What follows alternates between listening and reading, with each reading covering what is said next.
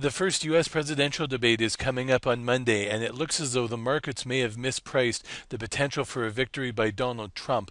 I was looking earlier this year and thinking about what happened with the Brexit referendum and what's been happening in the U.S. polls, and they're starting to look increasingly similar. If we look at the Brexit vote as an example of where the markets completely mispriced the results of an election. In early June, the market had been starting to price in the potential for a Brexit, sending cable down to $1.40. However, in the last week before then, the traders started to feel that the Remain side would win.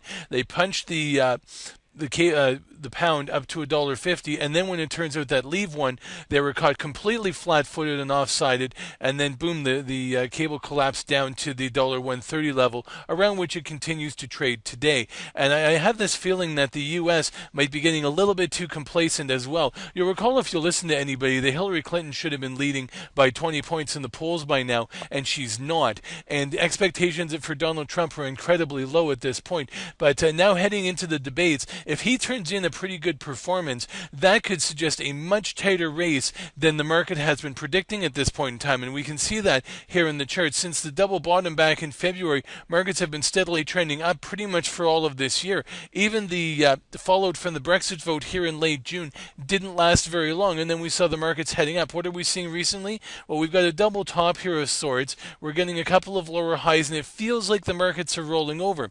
If we look here on this little table that shows monthly results in recent election years, you can see that here we had a big decline in January and a small one in August, but otherwise 2016 has been a pretty positive year. What have we seen in previous years? Well, 2000 and 2008 were bear market years, lots of negativity, but look, they did have some substantial negative months right around the presidential election. Even if we go to 92, where the Democrats and the Clintons won, and we can still see that there were some sizable decreases, 2% in June, 4% in August. We haven't seen anything like that this summer, and even a decline in October.